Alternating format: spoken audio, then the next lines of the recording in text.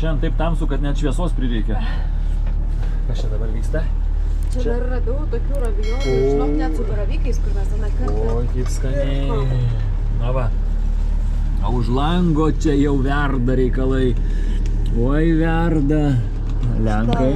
Tokia nejauki Oi, tai yra labai čekai. vieta, ne? Čia labai nejauki vieta, bet nu ką darysi, Aš tai kitaip net nebus. išsigandau, kaip iš siaubo filmo. Pasirodo, tikrai labai baisu čia, labai. Kai siaubo filmas, nu gerai, nu jo, čia kaip siaubo filmas, biški tokia vieta, vėjai pučia iš visų pusių, srovės irgi duoda iš visų pusių vienu žodžiu, tai čia taip toksai, vienu žodžiu. Krantas labai arti. Krantas tai kad nieko baisaus, bet Sniegas raudonas, Svarbu- atrodo kaip kraujuotas. svarbu inkaras mus laiko ir viskas yra tvarkoj, va pakuriu toj krosnelė ir bus viskas šilta ir gera ir smagu. Sėdom prie stalo. Už lango lyja. Siaučia vėjai. Srovės duoda čia pirmyn atgal.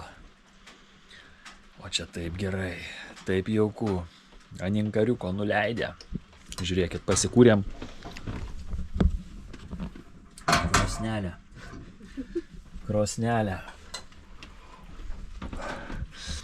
Dabar pavalgysim ravijolių.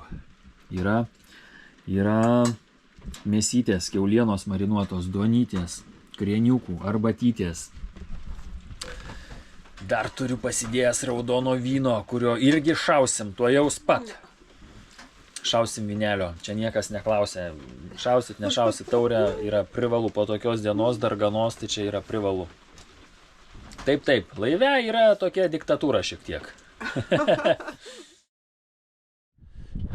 3 nakties. Kažko driftinam į krantą, nelaiko inkaras. Nelaiko inkaras. Va, kur atsidūrėm. Prie pat čeko. Krantas, aišku. Čia vyksta fokusė visą naktį. 6 ryto sugedo variklis.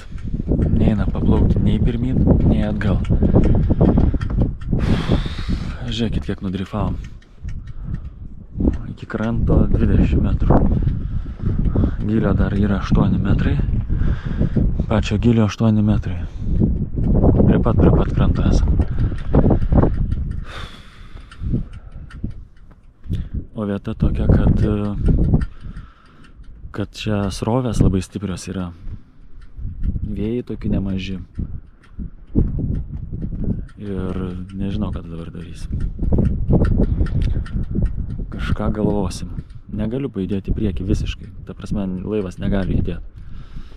Su burėm irgi negaliu išjudėti iš tokios vietos, kadangi čia yra srovė, čia reikia varikliu viską padaryti. Neįmanoma su burėm. Jūroj tai nebūtų problemos jokios.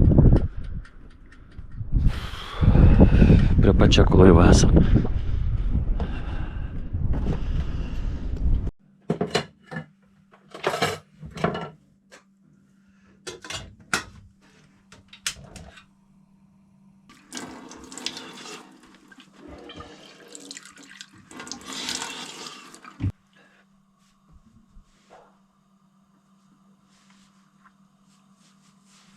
Bagatela, this is Jolare.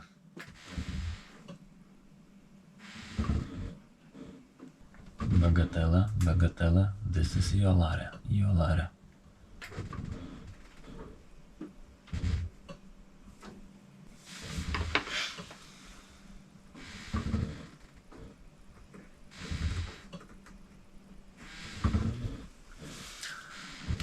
Bagatela, this is Jolare.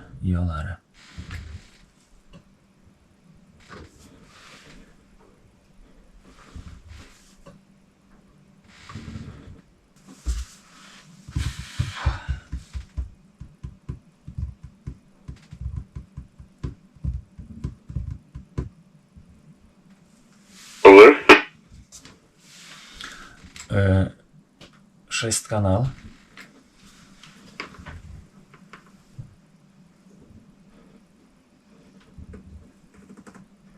А я здесь.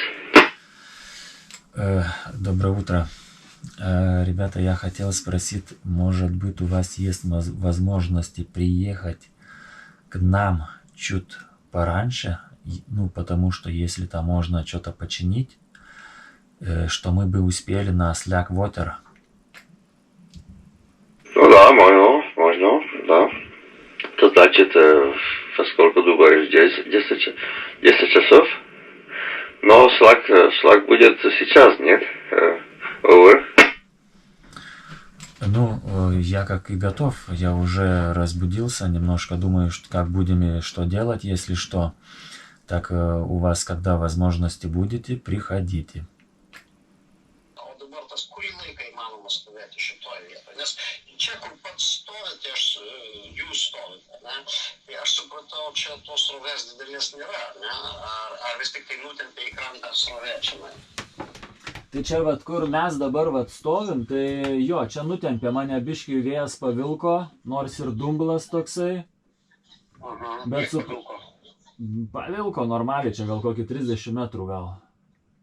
30 metrų koks gilis? Dabar tai ant 8 metrų sėdžiu, prieš tai inkaravausi kažkur 14, nes čia taip sudėtinga, žinai. Nu, tai taip ir pavilko į mažesnį gilį ir tada geriau įsikabino. Tai čia, nu jo, čia tipinė situacija. Bet čia, žinot, aš tai bijau... Tada gauna geresnį skaupą ir įsikabina. Bet aš matot, aš pats nebegaliu normaliai įsikabinti, nei užgazuot galiu užsikabinimui, nei ką tai taip.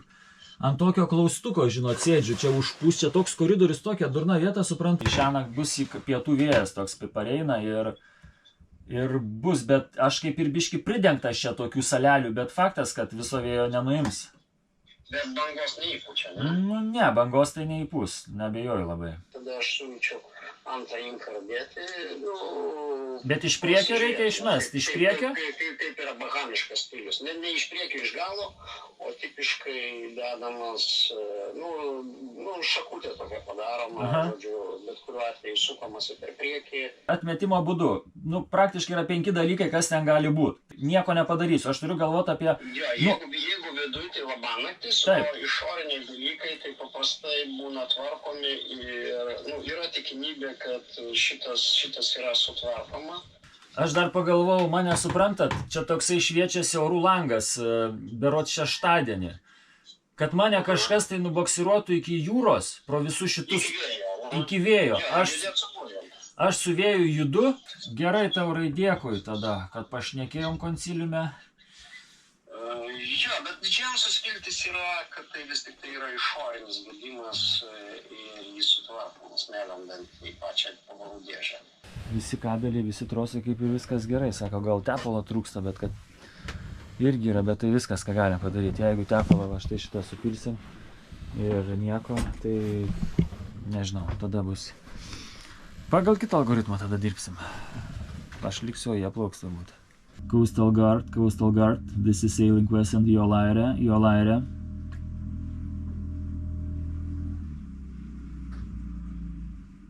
Мы будем пробовать по дороге звонить. Ну, координаты вы знаете, если что. Координаты знаем, конечно.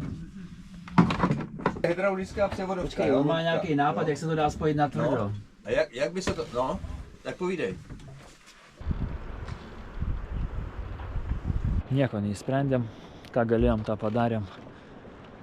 Galimos buvo 5 problemos, 2 iš jų galėjom patys įspręsti, o 3 gali spręsti tik tai servisas, tik tai mechanikas. Mes esame pačiame viduryje rytinio Svalbardo. Ir tokio įlankoje, kur iki kranto 30 metrų, rūkas, aplinkui srovės, kad tik neišmestų mūsų laivo į krantą svarbiausia. O lenkai jau, ne lenkai, čia, atsiprašau, labai padėjo šį rytą, mes čia žiūrėjom viską draugiškai, paliko palidovinį telefoną ir jie jau kelia inkarą ir keliauja žemyn namo. Tai va, ačiū jiems labai už pagalbą, už viską. O dabar patys kažkaip tai bandysim ieškotis pagalbos. Jo, gaila biškutį, kad čia taip nutiko, bet mes nieko negalim padaryti čia. Į variklį neįlysi niekada ir niekaip.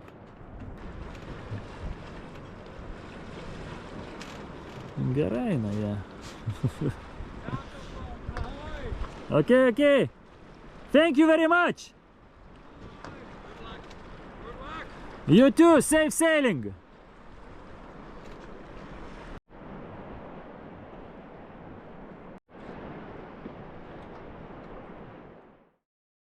Čekai išplaukė ir aš šitą laiką parašiau gelbėjimo tarnybai. Vadinasi, ir paskambinau per palidovinį ryšį, norėjau ir paprašiau, kad norim a little bit help. Dėl to, kad šiaip taip kaip ir viskas ok, tiesiog neveikia mūsų variklis, mes negalime judėti, būtent iš šitos vietos negalime išjudėti, nes tai yra labai didelė problema, didelės yra srovės. Tai jie atrašė, kad viskas ok, atsiųstas laivas hidrografas, 21 val. Bus pas mus įlankoje. Ir ką mes dabar galvom, aš skambinu iš karto ir klausiu, žinot, pas tos gelbėtojus, tai sakau, bet mes tai laivo palikti tai nenorim, nes įprastai gelbėja žmonės, bet ne įrangą. Na, šiuo atveju ne laivą. Tai supranta, tai ne, sakė, jie jūs nutems į saugią įlanką. Ok, iš karto man mintis tokia, nes čia visur turi būti tam tikra strategija.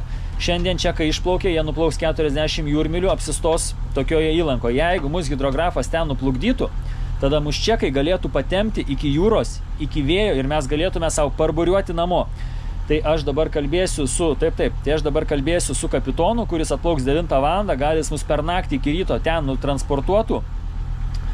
Mes nuleistom inkarą ir paskui mums čekai padėtų išlysti į atvirus vandenis arba kažkurį laiką patempti. Palauk, rytoj penktadienis, priešiniai vėjai mes būsim visi vienoj vietoj. Bet čekai ar lenkai? Čekai.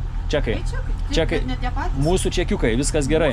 Taip, ir mes viską padarytume techniškai, jeigu mes tik tai galėtume pasiekti įlanką už 40 jūrmilių. Nu, vienu žodžiu, čia dabar organizaciniai klausimai vyksta, kaip dabar sako, multitaskinimas vyksta visais frontais.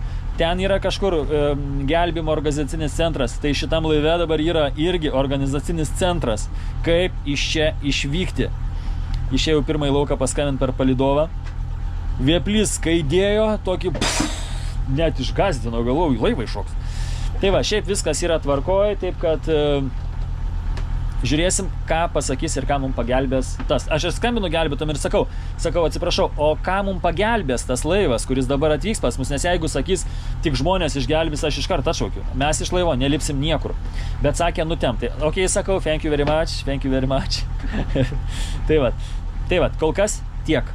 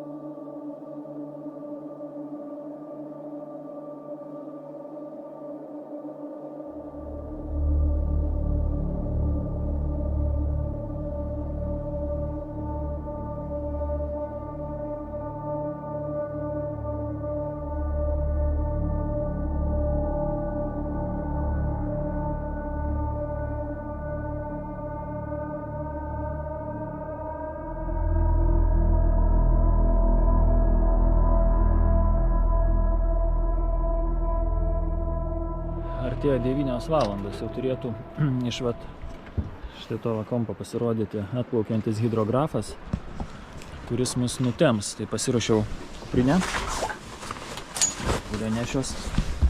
Eisiu su kapitonu, pasiėmiau jūrlapius, užrašus ir spręsim, kaip čia tempt, kur ir kaip.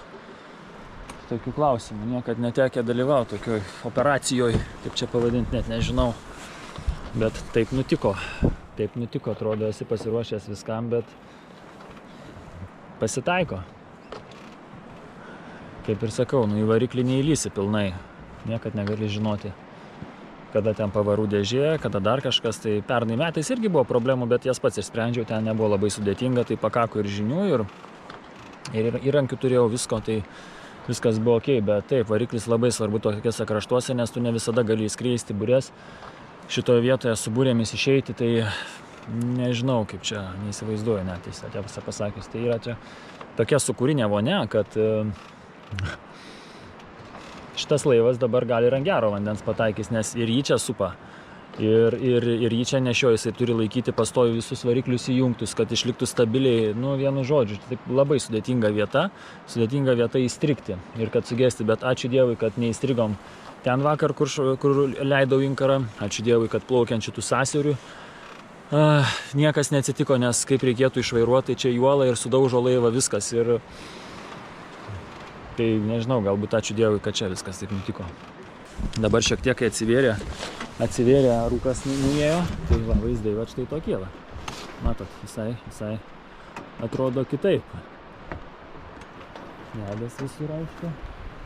Šarvuonės plaukio pirmai, tai net pabaidžiau. Ir vietlys buvo atvaręs. Va, prašau. Nu gerai, laukiam, pasiruošę jau mes.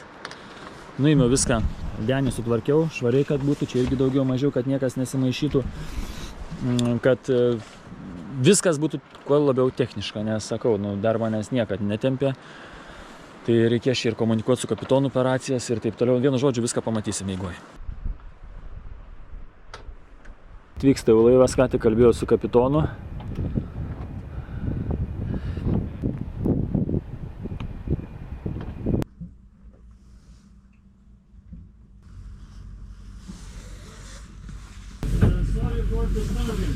It's no problem. It's uncomfortable a little bit that you have to go from that direction to there, but the life is life.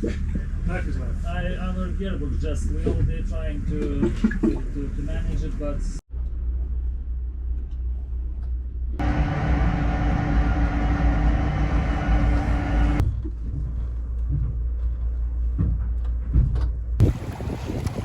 Žiūrėkit, kas čia vyksta. Burbuliuoja, verda viskas, tiesiog verda. Tada pažiūrėsim, kokiu greičiu plaukiam. 24 km per valandą greičio reik mylias išstatyti. 13 mazgų. 12,5. Bet tu pasižiūrėk, kaip čia matai, kaip čia verda, tiesiog. Viskas verda.